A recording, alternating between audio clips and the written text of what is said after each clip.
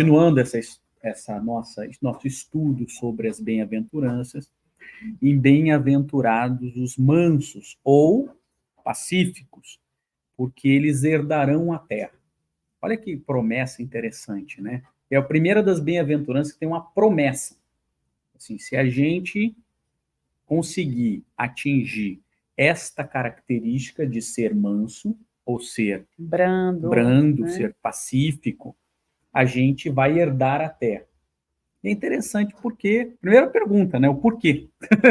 Por que a gente... Se a gente nas outras bem-aventuranças a gente não vai ganhar nada, nenhuma herança? Por que nessa?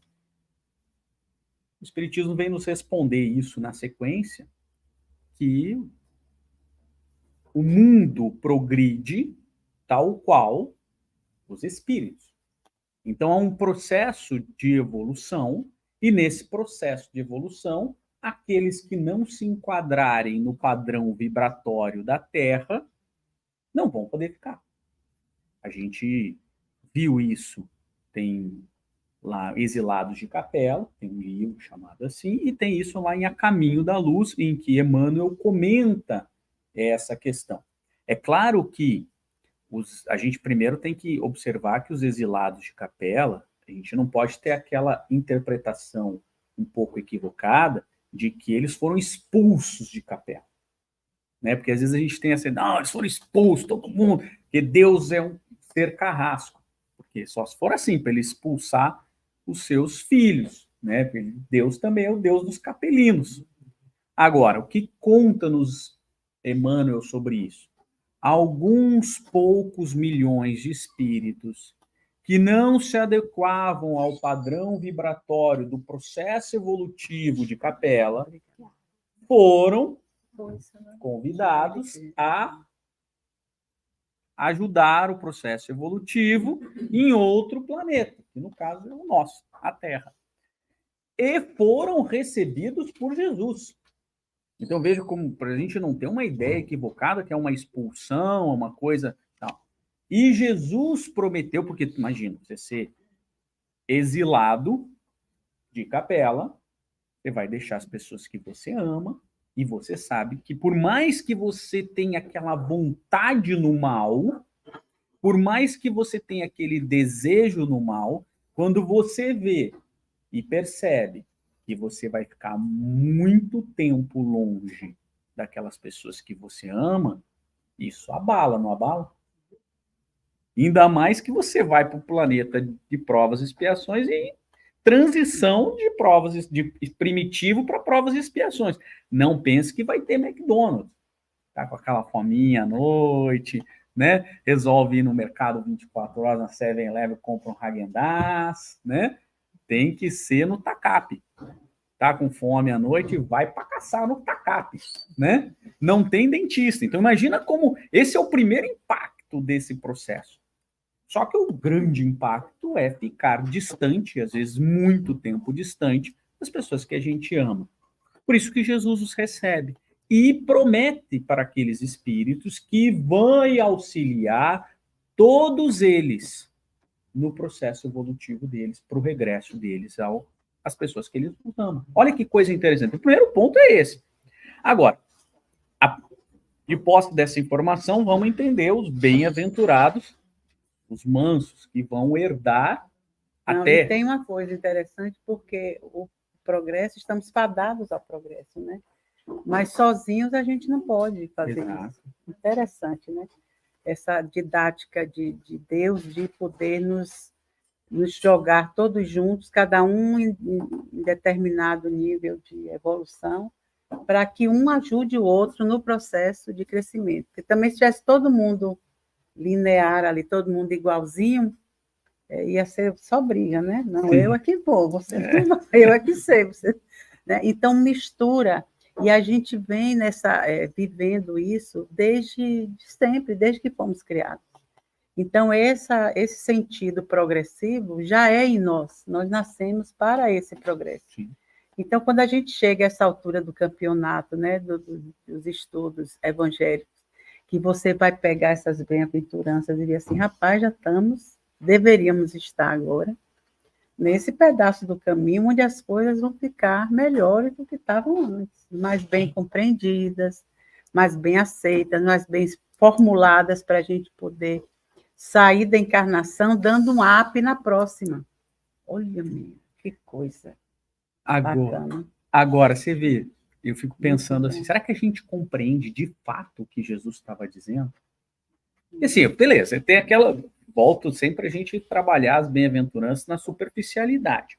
Quando a gente passa os olhos e entende. Mas aquilo é uma cebola, né? Em que a gente vai tirando a casca e vai aprofundando e vai aprofundando. E aí eu me lembrei de uma passagem trazida por Humberto de Campos, quando Jesus estava lá no Sermão do Monte fazendo isso. Jesus conta-nos Humberto de Campos que Jesus percebe que os discípulos não compreenderam muito essas bem-aventuranças, como nós, né? Nós também, a gente olha e não compreende muito. Puxa, quais são os detalhes? E houve principalmente um incômodo meio geral, Jesus, Humberto de Campos percebe que, óbvio, dentro do processo, da evolução de Cristo, né? Ele sentiu que existia um mal-estar com essa bem-aventurança. Como assim? Se os mansos vão herdar a terra? Porque, primeiro, que isso conflita muito. E Jesus, percebendo isso, aguarda. Ao invés de explicar mais, porque lembra que ele estava pregando para os discípulos e estava pregando para os seguidores. A gente já falou essa diferença e como é que estava e tudo mais. E aí, quando chega na casa de Simão Pedro, todos estavam meio assim, mas Judas Iscariote resolve perguntar para Jesus, né? Porque estava naquele incômodo, né? E eu fiz questão de anotar para não errar as palavras que Judas fez para Jesus. Diz assim: por que atribuístes aos mansos a posse final da terra? Os corações acovardados gozarão de semelhante bênçãos? Olha só, então, peraí. Ele entendeu que ser manso pode ser covarde. E esse era um entendimento. Então, continua. Tolo, né? Também tolo. Continua. Os incapazes de testemunhar a fé nos momentos de luta, né, e sacrifício serão igualmente bem-aventurados? Aqueles que não puderem falar assim, não, dá o testemunho da sua fé por qualquer razão, por medo, por covardia e tudo mais, também vão ter essa mesma... Vai ser bem-aventurado? Também vai herdar a terra? Como é que funciona isso? Agora, por que Judas faz essa pergunta? Porque às vezes a gente também faz uma leitura errada de Judas. Judas não traiu Jesus porque ele odiava Jesus. Judas amava Jesus. Judas tinha para com Jesus um sentimento de que ele era o Messias, até porque qualquer um que conhecesse Jesus ia achar que ele era o Messias, mesmo que você não acreditasse nessa situação.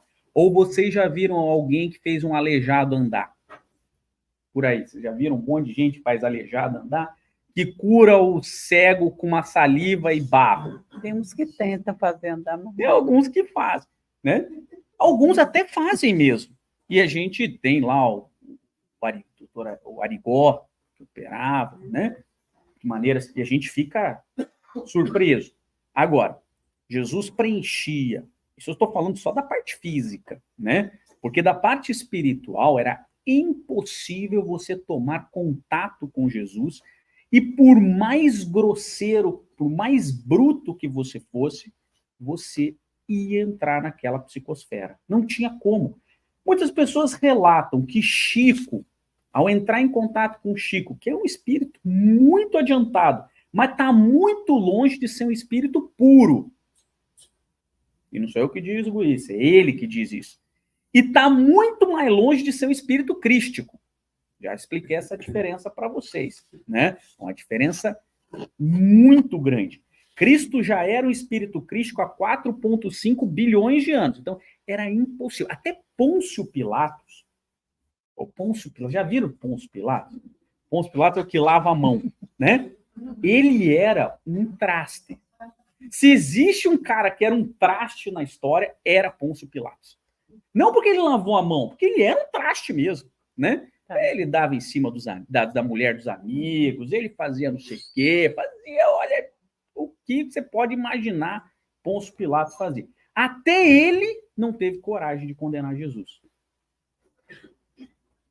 Então, assim, e o que acontecia? Então, era difícil. Então, Judas achava e tinha certeza absoluta que ele era o Messias, ele era o Cristo, né?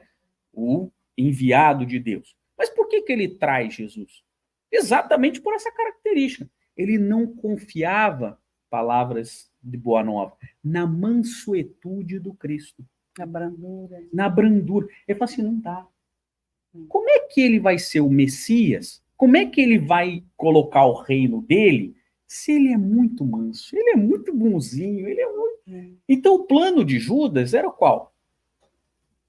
Se juntar com o Sinédrio, dar um golpe de Estado em Roma, porque Roma era o grande império que dominava toda aquela região, tirar o que chamava-se pelos romanos a Palestina, né? Aquela região do jugo dos pecadores romanos, e tomar o poder como um rei, o novo rei Davi. Porque eles só conheciam a tomada de poder pela força. E aí é o que nós temos hoje, até hoje. A gente mudou pouco isso, porque isso está na nossa psique. E aí é que a gente tem que tomar cuidado, senão a gente não achar que Judas é o problema. Quando o problema está aqui, o nosso Judas interior. Então, e aí o que acontece? Judas ia, e quando ele sentasse no trono, ele ia tirar Jesus do cárcere e colocar ele no trono. Esse era o plano de Judas. Quem conta isso é Emmanuel, lá no livro Paulo e Estevão. Quando Paulo de Tarso conta o plano que ele tinha depois de convertido para o cristianismo, Pedro vira para Paulo de Tarso e fala assim, teu plano se parece com o de Judas. Pô, de Judas? Podia ser de qualquer outro apóstolo, mas o de Judas? Por quê? Porque você pretende impor pela força o cristianismo goela abaixo, todo mundo a partir de agora vai ser cristão. Ou eu vou ser o rei aqui, todo mundo vai ter que ser careca. Os meninos, todo mundo vai raspar o cabelo, porque eu sou o ditador daqui. Quer dizer, então, e é assim que a gente está acostumado. Ilusão, né? E por que a gente está acostumado? Era o que eles achavam e o que a gente acha hoje, porque não é à toa que nós temos 2 guerras, e na verdade nós temos centenas de guerras depois hoje. De Jesus, os cristãos também continuaram fazendo esse sistema de... E por quê? Porque a gente não pode ser inocente. A força e a maldade resolve o problema. Sim ou não? Quando teu filho está lá, enchendo os picuá, você fala, não faz, não faz, não faz. O que resolve? Você dá um berro com ele. Isso é ser manso e pacífico? Então, por quê? Porque a força bruta e a maldade resolve o problema. Mas qual é o problema? Pelo medo. Que ela resolve rápido e por pouco tempo. Isso que Jesus quis nos mostrar. Então, a força bruta, ela vai resolver. Sim ou não? A gente não vê o tempo todo se resolvendo. A pessoa vai lá, mata um monte de gente, aí o outro reage, mata um monte de outras gente, e a força bruta resolve o problema. Rápido e de maneira ineficaz. Porque daqui a pouco, aquele que teve os seus nacionais mortos, aquele que teve toda aquela situação, vai se armar novamente para ir contra aquele agressor. Ainda que, primeiramente, ele tenha sido o agressor. E aí que Jesus falou, olha, a mansuetude resolve o problema. Só que o problema é que ela resolve o problema de maneira lenta, só que para sempre. Por isso que ele diz que herdarão a terra. A mansuetude é mais difícil, porque ela é muito lenta. É você convencer o seu filho que ele está fazendo errado pelo convencimento, pelo racional, pelo amor, pelo exemplo. Dá trabalho. Não é mais fácil gritar? Resolve ou não resolve? Resolve. naquele momento. E às vezes só vai resolver o problema para aquele ser quando ele passa pela dor. Então tá lá aquele pequeno lá e olha a tomada, vai enfiar o dedo na tomada. Não põe o dedo na tomada, você vai tomar um choque. Ele não faz ideia o que é choque, não faz diferença. Aí ele vai botar o dedo na tomada. Não, você grita com ele se assusta, não faz. Só vai resolver quando ele põe o dedo na tomada. A gente, no mundo moderno, tem um monte de coisas para evitar que o filho põe o dedo na tomada, bota um negocinho redondo. Ele aí vai deduzir, isso deve ser ruim mesmo, porque meu pai botou um negocinho. Mas às vezes ele vai falar assim, sabe, meu pai é meio bobo, né? Deixa eu tirar aqui para ver. Mas aí é criança do passado, hoje em dia não tem mais dessa. Hoje em dia vai herdar.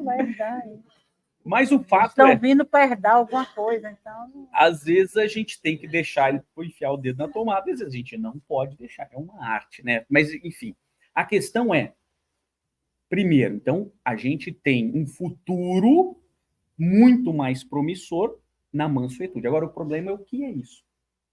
E até então, beleza, a gente entendeu, porque a única maneira de resolver o problema é com a mansuetude. Por isso que todos os apóstolos, todos os discípulos e todos os missionários de Cristo, porque nós tivemos vários outros, que tentaram impor o cristianismo pela força, não resolveu.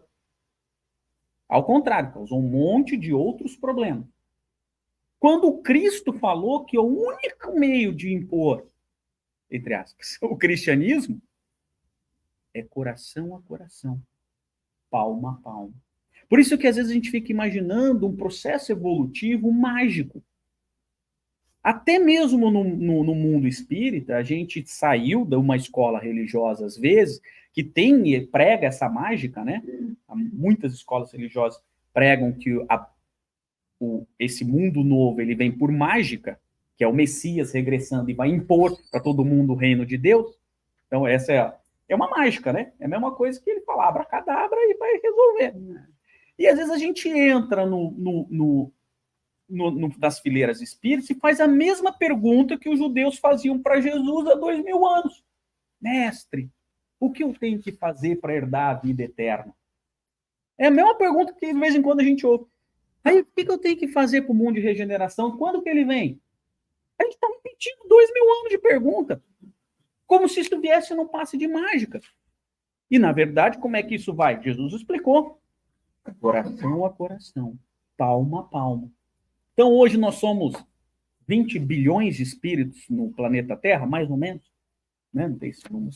São 8 bilhões encarnados e Emmanuel conta que tinha mais uma quantidade desencarnada naquele tempo, que o somatório chegava em torno de 20 bilhões. Quando que a gente vai ter mundo de regeneração? Quando 50% mais um começarem a vibrar em regeneração. Porque o processo é de dentro para fora, através da mansuetude. A mansuetude é o caminho para o processo evolutivo.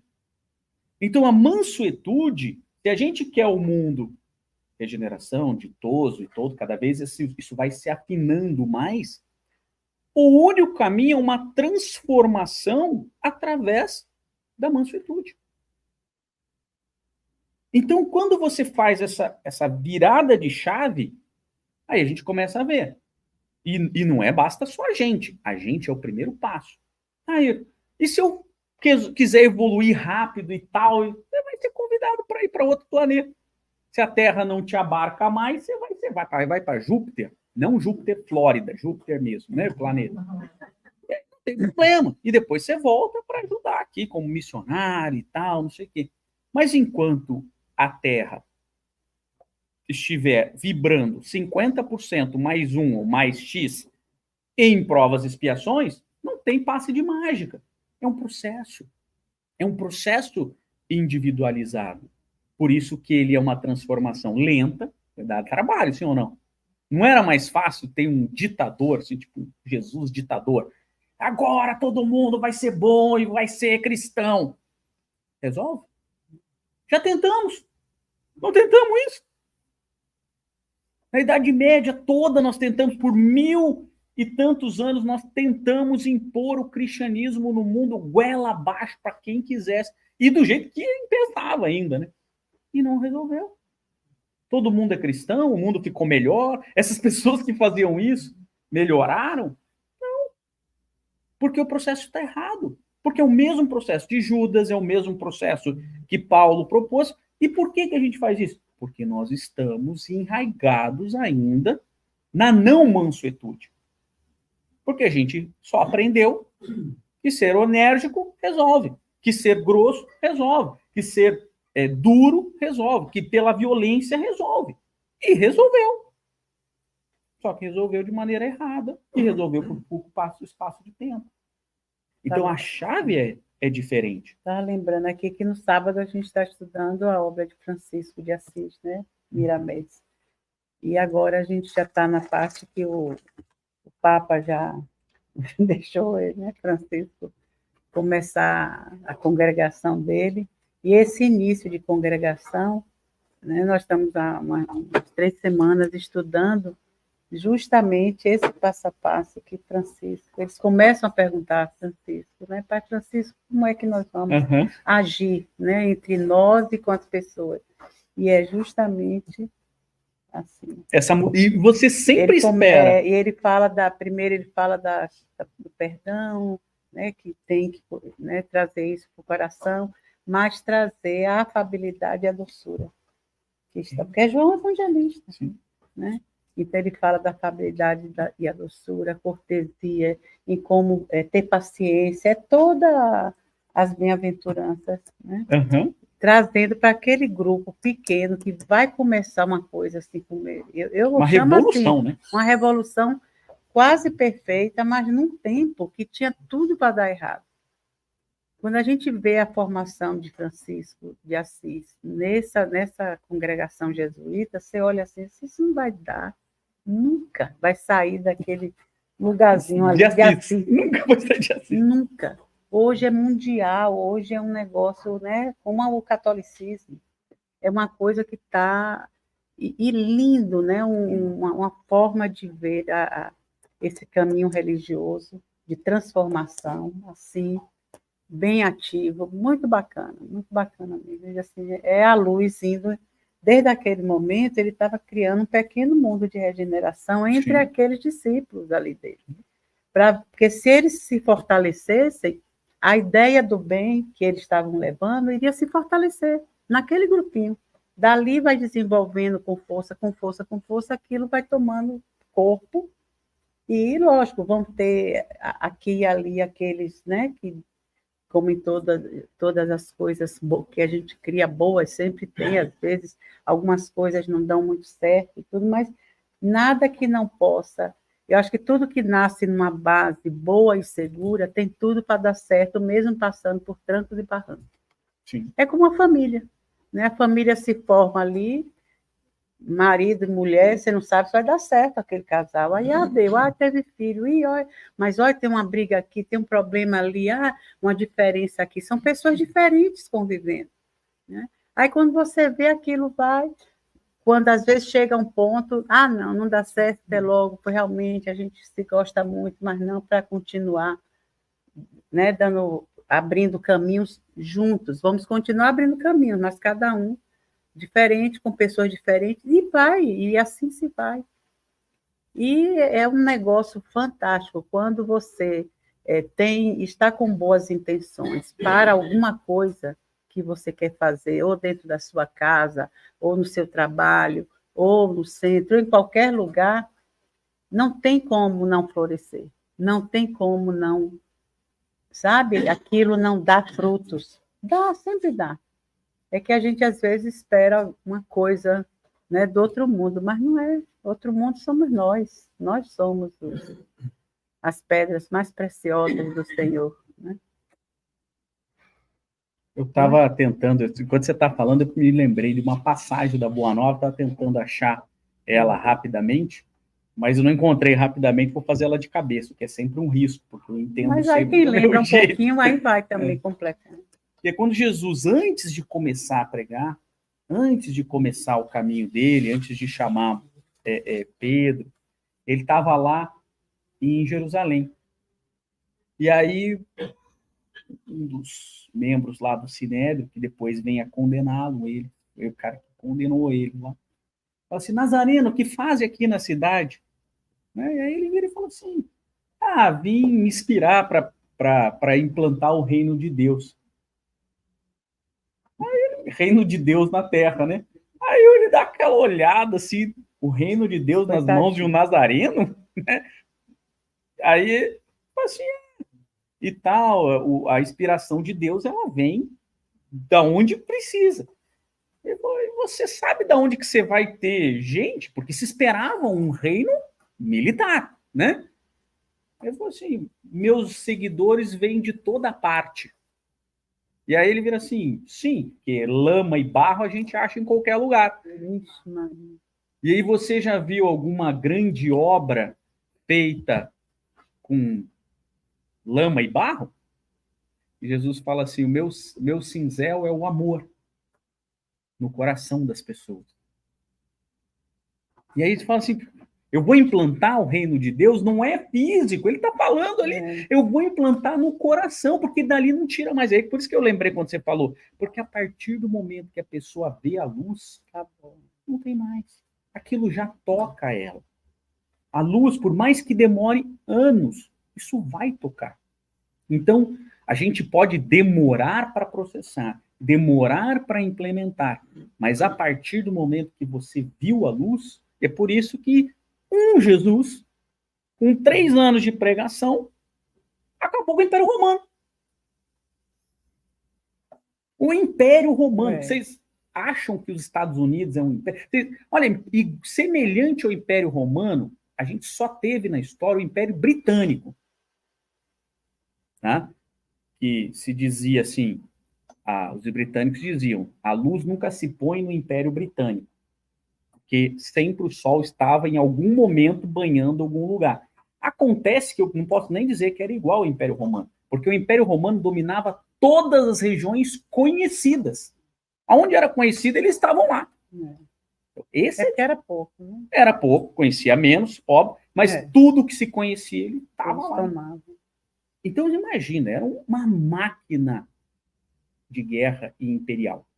Então, imagine que um único cara, Jesus, esse cara pergunta para Jesus assim: você conhece Roma? Você conhece os lugares? Assim, o desejo do meu pai acaba. E isso é verdade. Isso, Jesus respondia assim: está por fora. É isso que. Então, assim, agora. Não, quando você vê também o passo a passo de Francisco depois, né, já em outros tempos, mas os tempos também muito violentos. Você pensa também, rapaz, que loucura, como é que uma pessoa... Porque no tempo de Jesus está tão lá atrás que era 90% porcaria e chega a luz, é capaz mesmo, viu, de dar uma boa iluminada, porque era muita... Né? Mas depois disso, você trazer de volta alguma coisa parecida com aquilo, né, que já está historializado, que as pessoas já conhecem, que sabem, né, é muito difícil, é muito difícil. Ainda mais que a Igreja Católica, né, e outras religiões em crise moral. E então, a missão, não é fácil. A missão de Francisco não foi nada fácil, porque se você pegar o preâmbulo do livro Francisco de Assis, esse livro ele começa dizendo assim: que para o nascimento de Jesus, precisava que a psicosfera planetária estivesse minimamente equilibrada. Tá? Tanto que a gente tem relatos lá em Emmanuel dizendo, em A Caminho da Luz, dizendo o quê? Que só por 2 vezes os cristos do sistema solar se reuniram nas regiões da Terra. Há 4,5 bilhões, quando o Cristo foi nomeado, né, e montou o planeta, e no processo reencarnatório de Jesus. Então existia os Cristos reunidos, e para isso, olha o que conta esse livro, 2 bilhões de espíritos terríveis, não eram ruins, eram os terríveis, foram aprisionados no umbral para o nascimento de Jesus, para que esses 2 bilhões de espíritos terríveis não atrapalhassem a missão do Cristo, mesmo ele sendo Cristo. Porque o problema não era atrapalhar a missão dele, é influenciar na psicosfera dos que não tinham a psicosfera dele.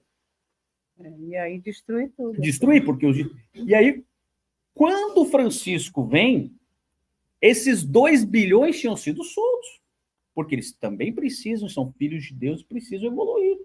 Então, quando Francisco vem 1000 anos depois, esses caras estavam encarnados. E eram terríveis, eles não eram ruins. Ruim sou eu. Eles eram terríveis. Então, olha qual é a diferença. A sorte, eu acho que não tinha internet. Também. Se tivesse, Francisco não dava um papo.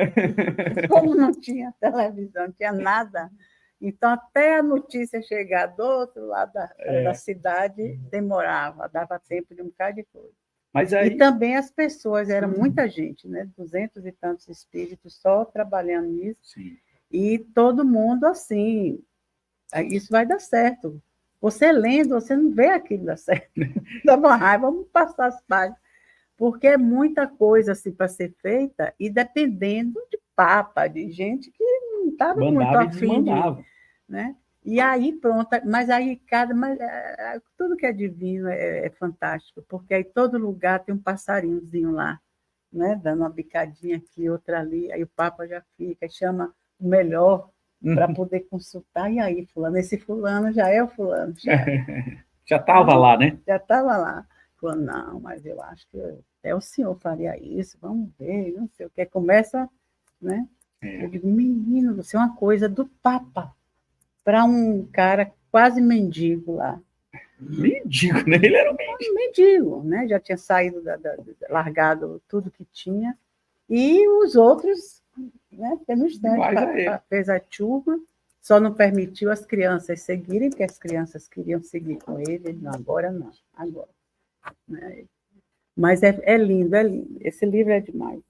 E como ele vai nesse passo a passo da bem-aventurança, é como se ele já, rapidinho, ele estava mostrando aquele bando assim, olha, vocês já são brandos e pacíficos, então fiquem firmes. Então a gente não pode... É uma turma, para você ver, uma turma de espíritos elevados que iriam iniciar aquele negócio. Não é uma andorinha que vai fazer. Tem uma meia dúzia lá de... Pouquinho, não é muito, não. Mas... Então a gente tem que tomar alguns cuidados sobre... Porque senão a gente pensa que a gente também já chegou nesse nível de ser manso e pacífico, né? Não, a gente está quase lá. E aí a gente tem que tomar alguns cuidados aqui. Porque... Olha nós aqui discutindo o assunto, né? Já mandando petição para o alto. Assim, a gente chegou no nível de conseguir perceber. Isso já é ótimo, né? Quarta-feira à noite, a gente aqui reunida, essa turma, né? Eu sei, só que eu sempre lembro que a gente não pode nunca achar que a gente está perto de Jesus. A gente tem que se colocar na nossa posição, né? Por quê? Porque o dia que eu achar que eu estou perto de Jesus, eu já não preciso fazer mudança em mim. Porque eu estou me enganando, porque é óbvio que eu só estou me enganando, que eu estou perto de Jesus, como Pedro se enganou. Eu acho que todos ao nosso nível, né? Nós todos temos o que reformar, o que melhorar. Agora, é por isso que a gente repete lições, né? Toda hora a gente está olhando e falando sobre as coisas que a gente precisa fazer.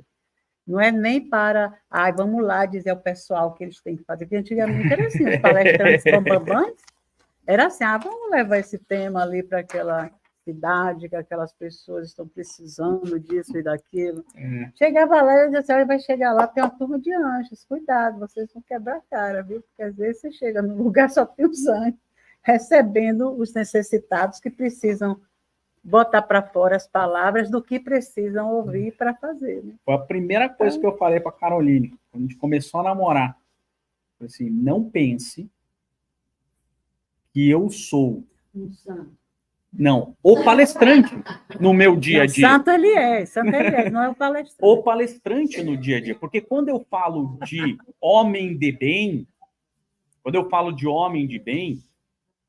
eu trago as lições que Kardec nos apresentou sobre esse assunto, mas eu estou muito longe de ser um. Eu estou em busca de. A minha diferença é essa. Eu estou tentando. todos os dias. Às vezes eu falho, às vezes eu acerto, né? E esse que é o ponto. Então, eu gosto de algumas coisas práticas. Então, mansuetude não é ser covarde. É a primeira coisa. Então, a pergunta que o Judas faz isso, não é isso. Muito pelo contrário. Os seguidores de Jesus, e especialmente os seguidores daquele tempo, a última coisa que eles foram foi covarde. Eles foram mansos. Eles se entregaram aos leões, se entregaram às chamas de Roma. Muitos cristãos foram usados como tocha humana. E para isso precisa coragem. Viu? E sem reclamar.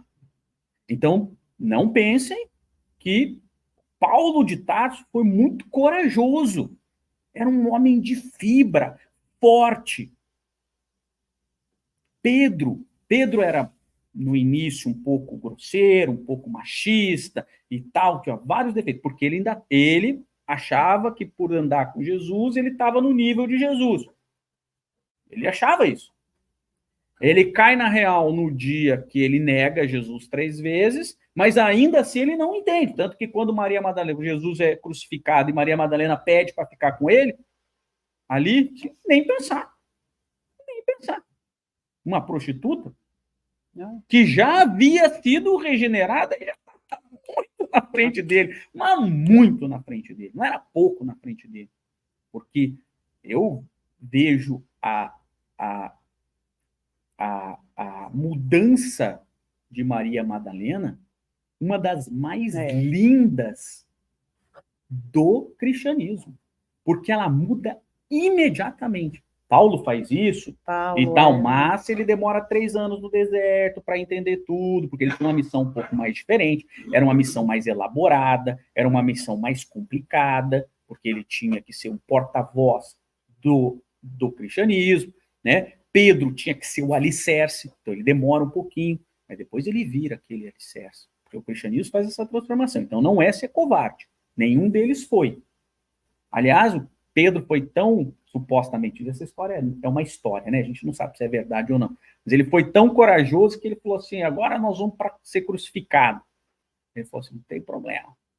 Só a única coisa que eu peço, me crucifica de ponta cabeça, porque nem isso eu sou perto de Cristo. Nem ser crucificado do jeito que ele foi crucificado. Isso é uma lenda, ninguém sabe se é verdade, o Humberto de Campos não entra nesse detalhe. Mas se você vê o nível da assistência que Francisco tem, né, na época dele, o Cristo, Ave Maria, era também... Agora, só que a humanidade naquela época era um atraso muito grande, mas os apóstolos escolhidos para estarem ali ao lado da... Alguns vão falir um pouco aqui e ali, né? Mas nada que vá, assim dizer, o trabalho vai ser jogado fora. Não tem como. Nem de Judas. Não tem, nem de Judas. E ninguém, na verdade, de ninguém. Eu sempre brinco que Tanto ninguém... que Jesus manda Judas ser socorrido imediatamente, porque é na hora o ser, né? Quando o espírito com missão ele encarna, mas quando no corpo físico a matéria domina, toma conta. Quer dizer, Judas tinha as ideias boas e progressistas, né? Mas nada voltado para o espiritual. Na hora ali ele ficava, né? O material terminava falando primeiro, porque ele era ligado a... Ainda estava muito atrelado com as ideias que se vigia na época. Né? Mas foi chamado, você vê, não é dizer... E já regenerou, né? Porque a gente malhar o Judas não faz nem sentido, porque já faz muito tempo. A gente está aqui... Joana d'Arc. A gente está aqui pelejando e Judas já passou. Leiam a biografia de Joana d'Arc, que é a reencarnação do espírito de Judas. Então, e todo mundo serve. Eu sempre brinco. Ninguém é tão ruim que não sirva ao menos de mau exemplo. Então, ele serve ao menos de mau exemplo. Então, outra coisa, a mansuetude não é a pessoa que não dá uma resposta, mas ele dá uma resposta diferente. Aquele que não agride. Não é, às vezes você tem aquela vontade de responder à altura, mas o que nós temos que dar a resposta é na envergadura de Cristo. Cristo não deixou de responder o doutor da lei, ele não deixou de responder quando ele foi chamado no Sinédrio, ele não deixou de falar. E ser manso, ser pacífico, não significa que eventualmente ele não tinha que ser duro. Cristo foi muito duro com os fariseus, que ele chamou de quê? Filhos da serpente, víboras. Víboras. Cristo, naquela passagem, os 7 ais, ai de vocês. Então, ele fala dos fariseus. Por quê? Por que ele chama de víbora? Cristo estava xingando. Filhos da serpente. Não, porque dentro da cultura judaica, todos os judeus, eles eram filhos de Adão e Eva. Então, vamos herdar o paraíso, nós, judeus, né? Não sou eu, mas as pessoas vão herdar o paraíso porque são filhos de Adão. E como filhos de Adão, são filhos de Deus. Mas aqueles fariseus são filhos da serpente. Eles não são filhos. Por isso que Jesus chama ele de víboras. Por isso que depois mudou. Ele não é o filho, ele não é da raça, não é da sequência de Adão, ele é filho da serpente. E por que ele fala isso? Porque vocês não vão para o céu e fecham a porta daqueles que querem entrar. Isso é o que Jesus responde. Porque eles pregavam o judaísmo como eles bem entendiam o que nós fizemos com o cristianismo. Deturpamos, fizemos guerra, matamos pessoas, fizemos tudo. E aí, ao invés de ser manso, a gente fez o quê? Eu estou falando nós em outras encarnações, né? Provavelmente eu, né? Então, pregava o cristianismo, fechando, não indo para o céu, entre aspas, e fechando a porta para quem queria entrar. Porque entendeu tudo errado, entendeu aquilo que eu explicava. Veja como é um detalhe importante. Então, mesmo nesse sentido, Jesus não estava xingando eles de cobra, de não sei o quê, né? O pessoal fala sogra que cobra, né? Eu não acho, né? Não, deixar bem claro já, já é gravado no vídeo, tá? Então, o pessoal fala que... veja, então não tem essa conotação que Jesus quis demonstrar, até quando ele foi duro, dá uma lição. Que a gente não pode. E eram todos os fariseus? Claro que não. Tinha um monte de fariseu que seguiu Jesus, Nicodemos. Então, vários seguiram Jesus também, porque acreditar. Outra coisa, então, é dar uma resposta, às vezes firme, às vezes, mas com amor, com carinho, com querendo o melhor. Muitas vezes a gente faz para um filho, né? Mas quando você procura agir sem raiva, sem preconceito, sem vontade de... Porque às vezes as pessoas se agridem porque não querem entender umas às outras. Então, quando alguém não quer lhe entender, você tem que entender que está acontecendo um mal-entendido, né? E se precaver, e não cair na esparrela de, não, então eu vou impor a minha fala para fulana e acabou, ela vai ter que entender e that's it. Entendeu? Então, tem coisas que a gente já pode, né? Tomar aquela aguinha que Chico mandava tomar. Eu, numa tentativa prática de fazer isso, porque não penso que eu sou manso e pacífico, não. Eu tento ser. Tem que tentar. Uma das coisas que eu faço com a minha vida, eu não tomo nenhuma decisão importante na minha vida e nem respondo às pessoas no mesmo momento. Mesmo coisas boas. Assim, posso te responder amanhã? Imagina, meu chefe me ligou perguntando se eu queria uma promoção para fazer umas coisas. Então eu falei assim, verdade, isso é fato. Eu falei assim, puxa, eu estou muito lisonjeado, mas para isso eu preciso mudar algumas coisas na minha vida. Eu posso te responder amanhã? Era uma coisa boa para mim. Mas será que vai ser totalmente bom para mim?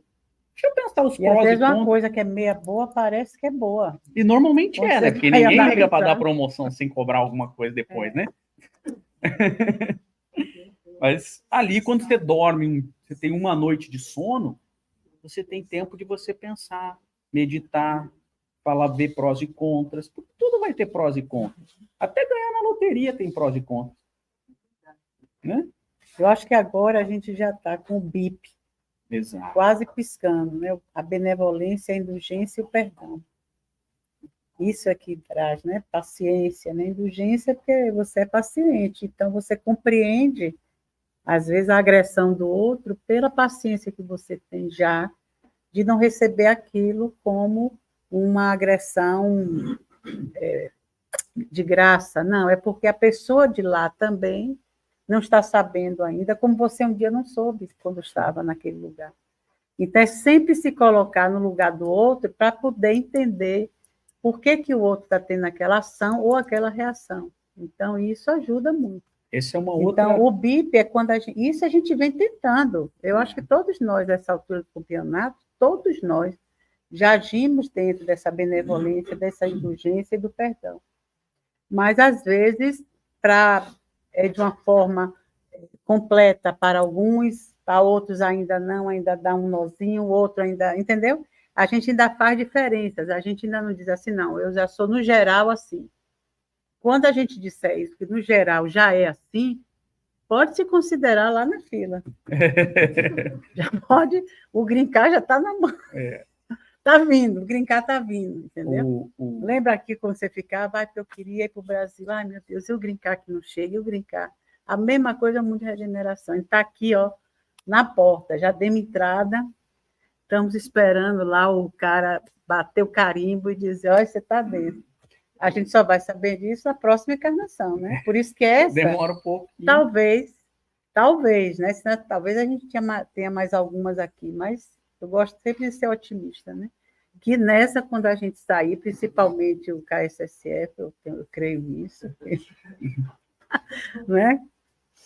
A gente vai já ter o brincar da regeneração. Não que eu seja de exemplo. Você não vai... Estou tentando. Eu estou tentando. Uma das coisas que eu tenho na minha vida, muitas vezes eu falo, e já falei várias vezes com as pessoas, olha, eu não concordo com você, mas deixa eu andar com as suas sandálias para ver onde os calos doem. Porque às vezes eu vou andar e falo assim, puxa, nesse momento eu não concordo com você. E às vezes eu ando com a sandália e falo, eu continuo não concordando com você, mas eu te entendi. Isso faz diferença. Total. Isso faz uma diferença na nossa vida, mas a gente precisa, né? Outra coisa que, só para a gente cumprindo algumas coisas que eu tinha pensado, para a gente, senão a gente vai discutir isso até amanhã. Na próxima bem-aventurança a gente encaixa alguma coisa que não... Mansuetude não é complacência com o mal. Muitas vezes fala, eu prefiro não falar nada. Você vê o mal, você vê o errado, você vê... E quantas vezes a gente... Isso é omissão, não é. A gente não é a palmatória do mundo. Somos, e nem temos que nos comportar dessa maneira. Mas não podemos ser complacente com o mal. Então isso é importante, porque senão a gente fala assim, eu aprendi lá que ser brando, né, ser pacífico, ser não sei o quê, e a gente está sendo omisso. Mas por exemplo, você vê o cara é um assassino em potencial. Você não pode chegar para ele e dizer, assim, muitas vezes assim, puxa, fulano, isso que você faz está errado, você fica matando todo mundo, porque ele não vai entender. Entendeu? Mas aí você não deve ficar com raiva dele. Mas você pode orar por ele. Pode orar, porque como é que você vai orar por uma pessoa que faz tudo errado, se você tem ódio e raiva? Exato. E acha que aquilo é podre, que a pessoa não vale nada, que até que devia estar no inferno, como a gente dizia antes. Já devia estar no inferno e eu aposto. Como você vai dizer que você está sendo, né, paciente, que você está compreendendo a situação daquela pessoa naquele momento? Dos métodos do BIP é esse, é você dizer assim, eu já estive ali. Eu hoje estou do lado de cá, olhando uma pessoa brutalizada, mas eu já fui brutalizada. E para eu ser o que sou hoje, alguém olhou para mim e disse assim, não, vem cá que eu vou te ensinar a ser melhor, vem cá. Teve paciência comigo. Ou pelo menos me olhou com olhares de cuidado, ou incentivando. Às vezes você olha a pessoa assim, não está assim hoje, amanhã vai estar... A gente tem que ter certeza disso. Aí não pode ter certeza só com a gente, né? Ah, não, eu já sou super bom, o resto... Mas o resto, não. A gente está todo mundo no mesmo balaio. Agora, por que aquele cara lá que está ainda aí na rua, matando, roubando, fazendo, acontecendo, está pior? Está um pouco pior do que nós. Mas daqui a pouco pode estar na próxima encarnação, a depender de como ele reage no mundo espiritual, pode se voltar já, emparelhado com a gente. A gente viu no nosso lar 2. Quando as pessoas se reúnem para reencarnarem, todo mundo top de linha. Ô, amiga, ai, meu Deus, vai ser tão bom. Vamos nos encontrar. Foi uma prova a mais. Ai, fulano, a gente vai casar. Ai, que grupo maravilhoso. Todo mundo amigo. Quando reencarna, um é rico, o outro é pobre. O rico já olha assim, vai conversar com aquele cara, não. Amigo. Imagine. Fizeram um projeto reencarnar. Junto. Um foi para o palácio, o outro na casa menor. Ele já olha... Não quer aquele cara ali. Olha os filhos dele aqui, podem pegar as coisas da gente. Não sei por que a minha mulher ajuda ali. Não né? é a minha mulher que está indo naquele centro da coisa ali, para que aquele pessoalzinho? E eram amigos. Então, combinando uma encarnação juntas para o mais abastado ajudar aquele centro a crescer, o outro fazer isso, o outro fazer aquilo. E no final estão se degladiando. E quem salva a parada é justamente os anjos que foram ao redor, né, compartilhar a encarnação. Mas se fosse todo mundo demônio, a mulher ia jogar ele fora, o outro ia não sei o quê, o menino ia chutar o pau da... Entendeu? Então, é uma coisa que a gente não entende como, quando a gente reencarna, tanto o que está mais ou menos como o que está podre, todos dois estão arrodeados de anjos. Todos dois. Não tem diferença, mas aquele está tão ruim que basta ir uma pessoa lá da... Não. É o mesmo carinho, é a mesma força, é a mesma vontade de fazer a pessoa se erguer, né? Então, isso a gente tem que ter em mente. Para na hora H que a gente vê na televisão, que a gente vê no centro, ou vê na rua, alguma coisa gritante, a gente fique, né, sabendo o que é que eu vou pensar em relação a isso. Vou jogar minhas energias fora? Vou contaminar a minha energia boa? Não, eu vou fazer a minha energia boa jorrar mais, dando para poder receber mais. Né? Se você não exercitar o dar e receber, a sua torneirinha, uma hora dessa, você liga, não tem mais. Né? Porque a gente precisa ter essa ondulação na vida para poder dar certo. Né? Outros detalhes. A mansuetude não é falsidade, nem hipocrisia. Às vezes a pessoa vê o outro falando e tal, concorda por falsidade. Certo, tudo bem. Eu não vou entrar em embate com ninguém. Isso é falsidade, isso é hipocrisia. Não quer dizer que a gente... E também não é falar a verdade de qualquer jeito. Isso não é mansuetude. Pedro pega lá... Porque tem gente que diz assim, eu prefiro dizer na cara. Pedro pegou os cobradores de impostos lá e deu em Corazim, e deu vocês são o quê? Víboras de Corazim, o senhor é um isso, o senhor enganou não sei quem, pararia, o reino de Deus não é para vocês. Jesus soube aquilo, não, Pedro, não é para a gente pegar a verdade e usar como um sarrafo para bater nos outros. Isso não é mansuetude. Não, mas eu vou dizer a verdade. Dizer a verdade não está certo? Às vezes ficar quieto é melhor. Porque a caridade, às vezes, também é ficar quieto. Então, a questão principal reside nisso que a Marisa falou, na prática da caridade. Eu vou encerrar a minha parte. Não, já. Eu já encerrei a minha. Eu vou encerrar a minha parte, lembrando, quando eu olhei isso aqui, eu lembrei de uma passagem de Joana de Cusa. Joana, esposa de Cusa, se apaixona pelo cristianismo, por Cristo, fala assim, eu vou largar Cusa, que é um traste também, amigo de Pôncio Pilatos, amigão de Pôncio Pilatos, tadinha, outro traste também. E vou seguir você, né? Vou seguir e tal. E Jesus falou, calma, você tem uma missão com Cusa. Não é o momento. Aguenta ele. E ela ficava com aquilo, ajudou muito. E tinha um filho também que era da pá virada, puxou também, a Cusa. Tava ali. Não, mas era quando você vem num desafio desse, não é por acaso caiu naquela casa, pariu aquele. Não. Ali tem alguma coisa a ser feita. Já que você se acha a melhorzinha, vai dar pra E aí Jesus falando, aguenta a mão que não é o teu momento de me seguir. Vai chegar esse momento. E chega. Cusa morre e tal, e aí ele lá vai, segue, papapá. E prestes a morrer, pela mão do Império Ela e Romano, o ser filho. martirizada, Ela e o filho. ela e o filho, que dizia as Maslim que é Divaldo, né? Mas não Que conta para nada. eles nada, mas eu também, até Eu não. fofocas do mundo espiritual. É. Então, mas vamos nos ater à história que a gente conhece. Mas o melhor de tudo é exatamente isso. Olha a diferença.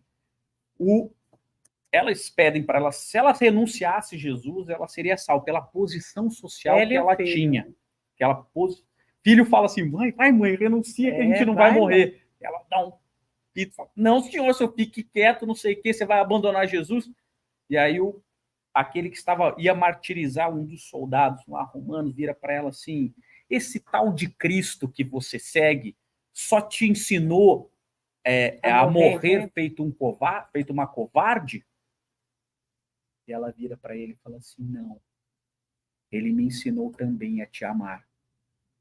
Uma boa noite a todos.